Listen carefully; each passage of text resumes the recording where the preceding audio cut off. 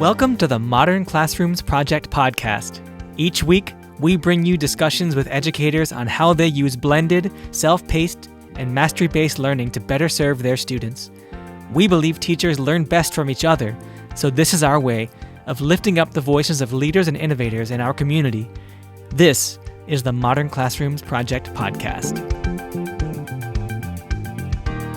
Hello and welcome to the Modern Classrooms Project podcast. My name is Tony Rose Deanne, and they, them pronouns, a designated hype person here at MCP. And y'all, today is such a gem because I am joined by so many of my colleagues, my coworkers. And so you all know we work remotely. And so being in the same space, physically, virtually, together to have conversations, discussions about what's going on is just such a magical experience for me. So with that being said, we have Paul, we have Kim, Tony, and Lauren all with us. And we'll quickly introduce ourselves as well about, tell us about who you are, how you started your MCP journey, anything like that. And we'll start off with Kim, Lauren, Tony, and then Paul. All right. Hey, everyone. I'm Kim Nichols. I'm an educator support manager with Modern Classrooms Project. I am a former secondary math teacher at St. Paul Public Schools, live in Minnesota. I started using MCP in my math classroom, went through the virtual mentorship program, became a DMCE, became a mentor, and then joined the company. Excited to be here. Thanks, Kim. I'll go next. I'm Lauren Coleman, Senior Director of Customized Curriculum Solutions here at MCP, and excited to be one of our point people for our New York City partnership we're going to be chatting about today. I am based in New Jersey, former classroom teacher here as well, and discovered MCP all the way back in 2017 when I was at the Blended and Personalized Learning Conference in Rhode Island. MCP at that point, I don't think was much more than just conversation around our founders who were getting some attention for their work. And it was being picked up there by the conference in all these circles as kind of like an undercurrent conversation. So tapped in then and excited to have found my way to the team. I'll pass it over to my colleague, Tony, to go next. Thanks, Lauren. My name is Tony Shao. I am currently living right outside of Washington, D.C., where I was formerly a high school math teacher, taught 11th and 12th grade. For all you math teachers who are listening right now, we know just how hard it is, especially at the upper grades when kids start seeing a lot of letters and not a lot of numbers. And I started my Modern Classrooms journey about 3 years ago when I joined the team and have just had the privilege of being able to support educators all over the country in all different kinds of contexts and settings. And so it's really been a joy the last few years just to see so much, especially some of the really inspiring things that are happening in classrooms all over. And I'll pass it to Paul. Hey everyone, Paul here. I'm an educator support manager, just like Kim. I originally am from Massachusetts, where I started my teaching career. I taught high school math there for 5 years, and then I was in Michigan for 3 years. Found Modern Classrooms along the way and just fell in love with it. And then when my family and I relocated to Connecticut and I was looking for jobs, I thought, you know what, Modern Classrooms has an opening, I'll apply. Thought I had no chance to get a job here, but was lucky enough to be a good fit. And so I was recently hired this year and get to work with a lot of teachers all over the country and helping set up their modern classrooms. So thanks for having us today, Tony Rose. Yeah, of course. And y'all, we've had Paul on the podcast before, so we'll link the podcast episode so you all can listen to his beautiful thing about self-pacing. It is still hands down one of my favorite episodes. And that was back when he was a classroom teacher. And so as you all can tell, there's a lot of math teachers in this space. And I often say too that with me, math is such a still a toxic relationship with math here. So I'm trying to figure out how to have a better relationship. And I know that Kim has really helped with that so that I can continue supporting educators that we work with. And so we all had the privilege of being in the same physical space in New York City, actually. And I was like, what a better way to debrief than to have you all together and let's have conversations about hey, what trends did you notice across the New York City classrooms that you observed? And then as well as what are some challenges? But of course, let's start off with trends, things that we saw because we were all in separate teams. So it wasn't even we were all in the same classrooms, but we're all in separate teams. We're seeing different teachers, different grade levels, but I believe it's all math that we saw. So there was that similarity. And so, let's start off with some trends. What did we see? And I know, Kim, we're going to start with you because you support a lot of New York City educators. So what did you see as far as trends with New York City educators, as well as some challenges? I think the biggest thing, it's just a word, and it's brilliance that I saw in our teachers that are taking our model, interpreting it, modifying it, making it work for the students who are in front of them every single day. It's awe-inspiring. I just love that piece of it.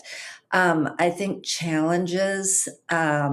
I think it was a tricky start for New York City this year. They had some tech issues in terms of getting access to technologies. So I think a lot of schools were unable to really start that piece of things until right before Thanksgiving. And yet they just rolled with it. It was just amazing. Um, I saw a lot of student voices who were so appreciative of things like I can self-pace, I can do my own thing, I can get help when I need it. There was just so much positive, and I'm in awe of teachers in general, and to see the effects and to hear from students that this is making a difference. My favorite quote of the whole trip, and I was there all week, a student looked at me and said, "I used to hate math, and it's now my favorite subject." Oh my gosh. I mean, mic drop, right? Like that is such a beautiful thing when we hear our students talk about how they go from hating it to loving it. That's a huge impact there. And I know, Kim, I also wanted to say that our New York City educators, this is all kind of like a voluntary thing, right? It's not mandated. Our teachers sign up and welcome us and invite us into their spaces to be thought partners, to support them, to give feedback. And so it's really interesting to see as well. This is something that Kim and I talked about, is that hunger that teachers have to like, hey, I want to be better. I want to improve so that my students improve. What can I do to make it better for all of us? And that was such a beautiful conversation that I heard you have with one of our teachers who taught a 7th and 8th grade split inclusion class, right? Like that was such a beautiful thing.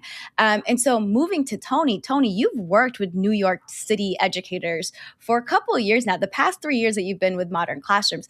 What have you seen? What has changed? What is going really well? What is something that has surprised you after 3 years of being around New York City educators?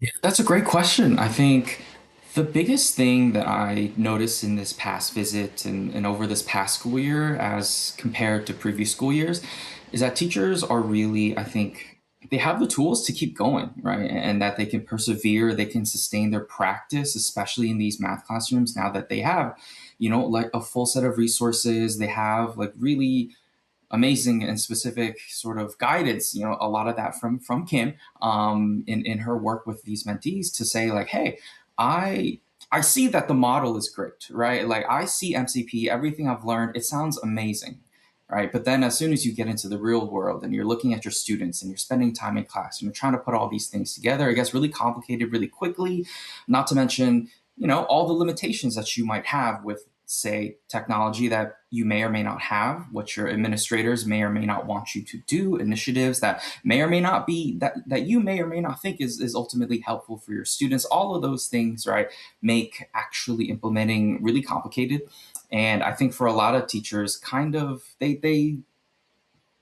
mean, I hate to say this, but it is the reality. Like they kind of lose hope over time, right? Or they say like, hey, I tried this thing and it just really didn't work. So let me just go back to, what is familiar to me, even if I know that ultimately it may not be the best kind of thing that I could be doing for my students. I mean, that's just the reality of being a teacher and needing to make decisions.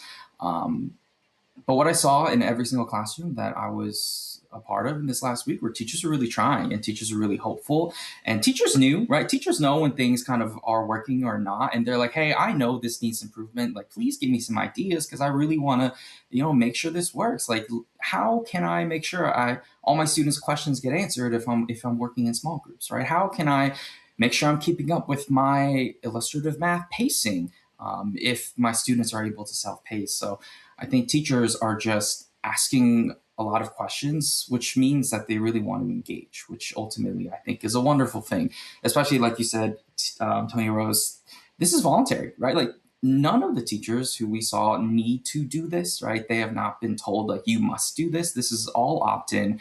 Teachers are wanting something better. And I think they're finding that what they're doing is helping them get there. And I want to piggyback off of that too, Tony, because you and I also saw some classrooms together of like, there are some teachers who are like, I'm not doing anything right. And it's like, no, actually, you're doing all the things that we want, like that we were encouraging you to do. And so I think this is another conversation too that happens often with educators, is that they feel like they're not doing enough. And it's like, no, you are crushing it. And I want to show you all the different ways of how you're crushing it. And I love that we're in there in person having those conversations of, again, like that, making teachers feel valued, feel heard, feel like they are being supported. And I love that. And so now, Paul, I have a question for you, because again, you just joined our team, you implemented the model, and now you are witnessing other teachers implement the model, right? Like, what are some gems that you're finding out? Because I know that you had also been a mentor for us. And so you've been supporting educators this entire time that you've been with us and implementing as well, right? And so now you get to see it in action. You get to visit different classroom teachers and really engage and have that like live feedback happening or conversations happening with students. How has that been for you? Yeah, it was a little surreal to walk into my first modern classroom visits and see like, oh my gosh, there are other teachers doing this, because like so many modern classroom teachers out there, there's a lot of lone wolves that are either the only person in their school or their district that, like we said, that, a lot of these teachers are signing up to learn about modern classrooms and go through the training on their own. So it was so exciting to walk into classrooms and see modern classroom happening in front of me, which was so exciting. And so I think, a lot of the success that I saw in New York was based around teachers teaching the kids that were in front of them. And I thought that was so valuable, because it felt like when I walked into a classroom and got a sense of who the kids were and what they needed, the teachers had adapted modern classroom to work for those kids. And I was in classes of 30 kids where the abilities are all over the place. And then I was in inclusion classes, and I was in classes of like less than 10 kids. And all the teachers had adapted the materials and their self-pacing and their blended learning to really work for the kids in front of it. And in a city like Brooklyn, you get kids coming from all sorts of backgrounds. I think Brooklyn would be the third biggest city in the United States if it was its own city. So you sort of walk into a school and you don't know what you're going to get and what's in front of you.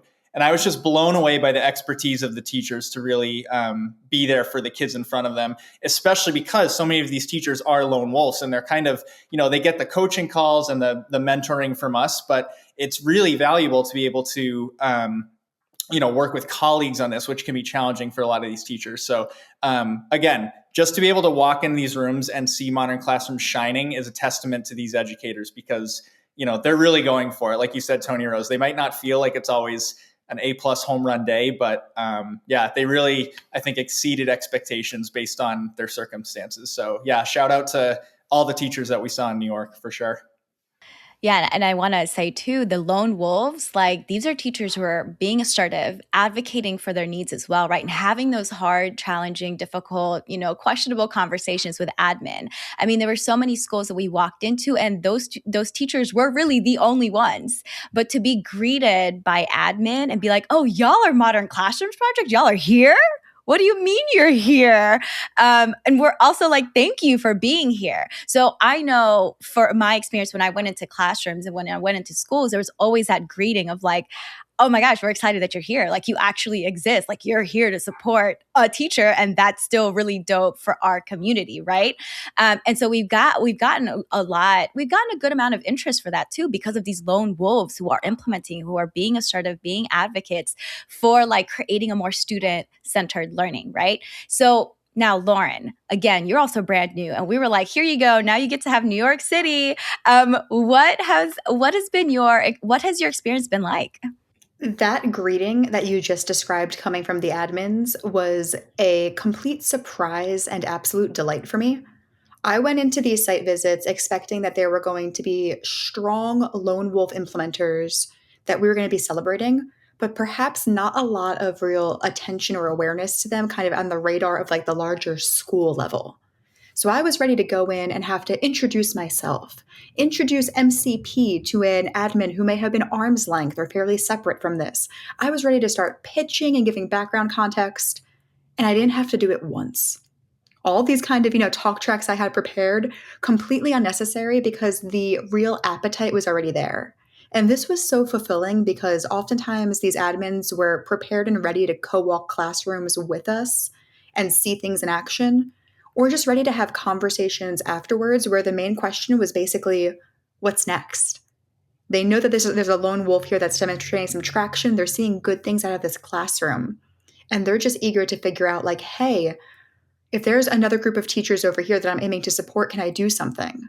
If I have student outcomes that look like this, can this model also support here?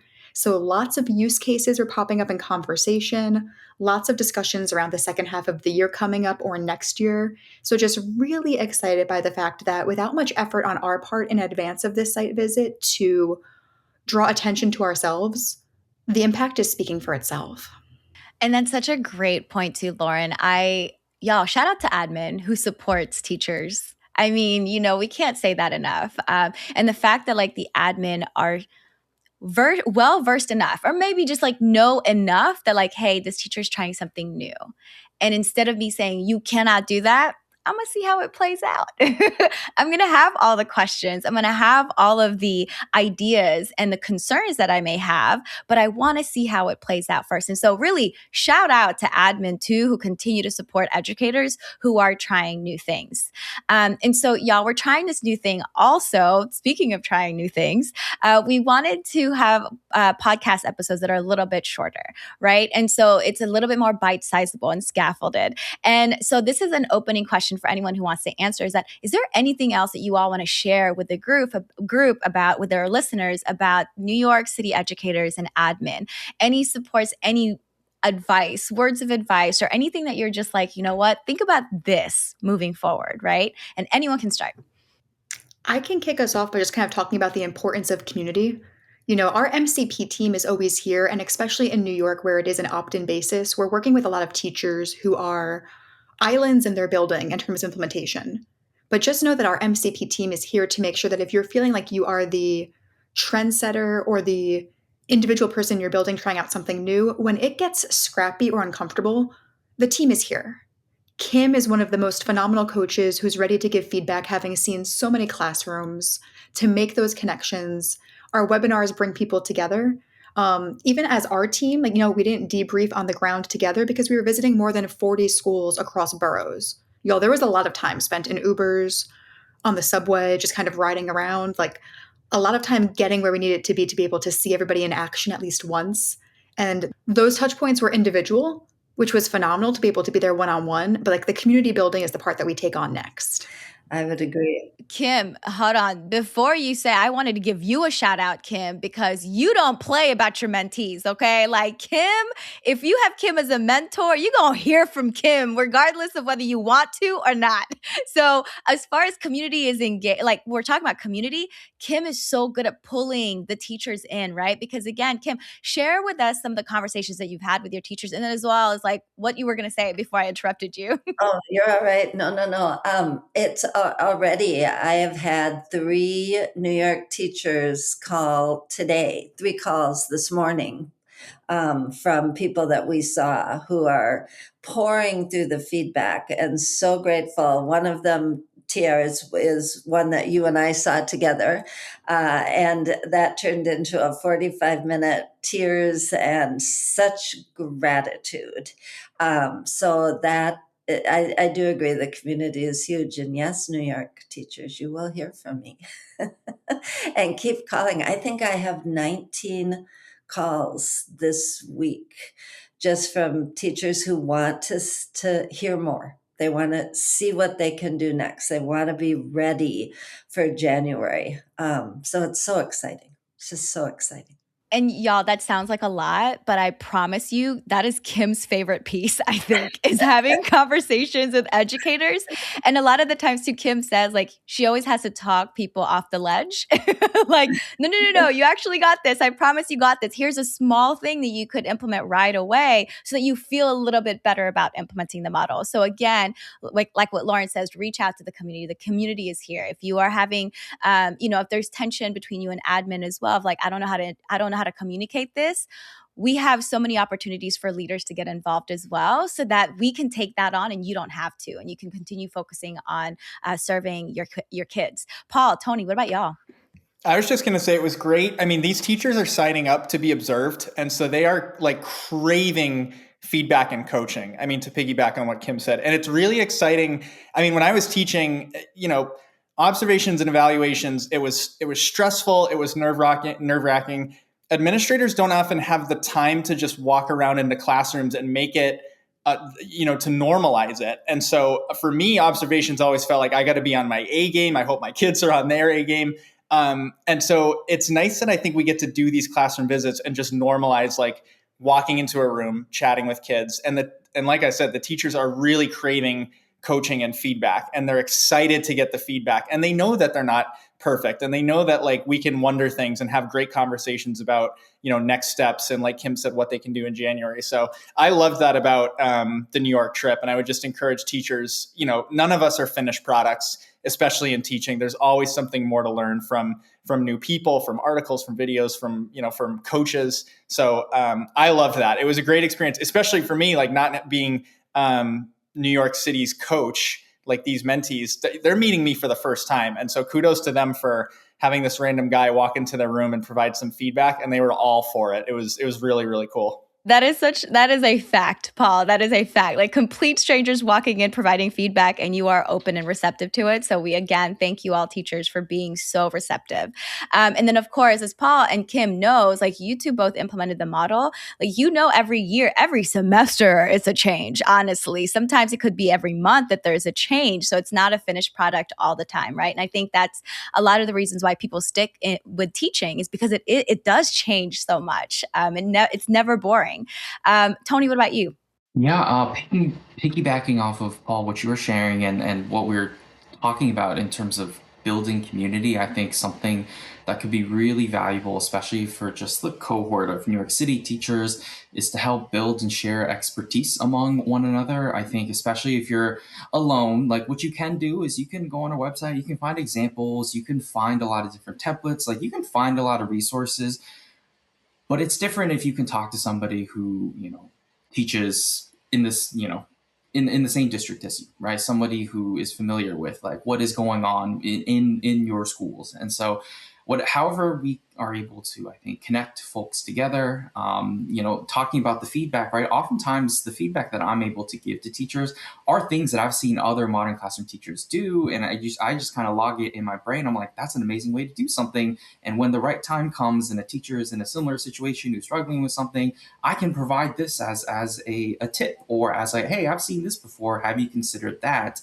I think it'd be really powerful if we can get like New York City teachers together and have them share that knowledge among one another. I think the way that starts is, from the lone wolves that we were talking about, like doing these really amazing things, and their admin get interested, and then the department gets interested, and then we just kind of build momentum from there. So I think that is something we can definitely look forward to, just kind of building as we continue to support all of these mentees in New York City, and we have new ones as well in the future. Thank you so much for that, Tony. Kim, Paul, I know y'all got to jump to another call. So thank you all for being here. Thank you for debriefing this with me and sharing with our listeners as well a little bit about the work that we're doing here at Modern Classroom and how we support educators. So again, thank you all. I appreciate you. And we'll continue to have conversations. Thanks, everyone. Thank you so much for listening. Listeners, remember you can always email us at podcast@modernclassrooms.org, and you can find the links to topics and tools we discussed, as well as more info on this week's announcements and events, in the show notes for this episode at podcast.modernclassrooms.org. We'll have this episode's recap and transcript uploaded to the Modern Classrooms blog on Friday, so be sure to check there or check back in the show notes for this episode if you'd like to access those. And if you enjoy our podcast and it's been helpful in supporting you to create a blended, self-paced, mastery-based learning environment, we would love if you could leave a review. That does help other folks find our podcast. And of course, you can always learn the essentials of our model, if you want to go beyond the podcast, through our free course at learn.modernclassrooms.org. And you can follow us on social media at ModernClassProj. That's PROJ. We are so appreciative of all the hard work you do for students and schools. Have a great week, and we'll be back next Sunday with another episode of the Modern Classrooms Project podcast.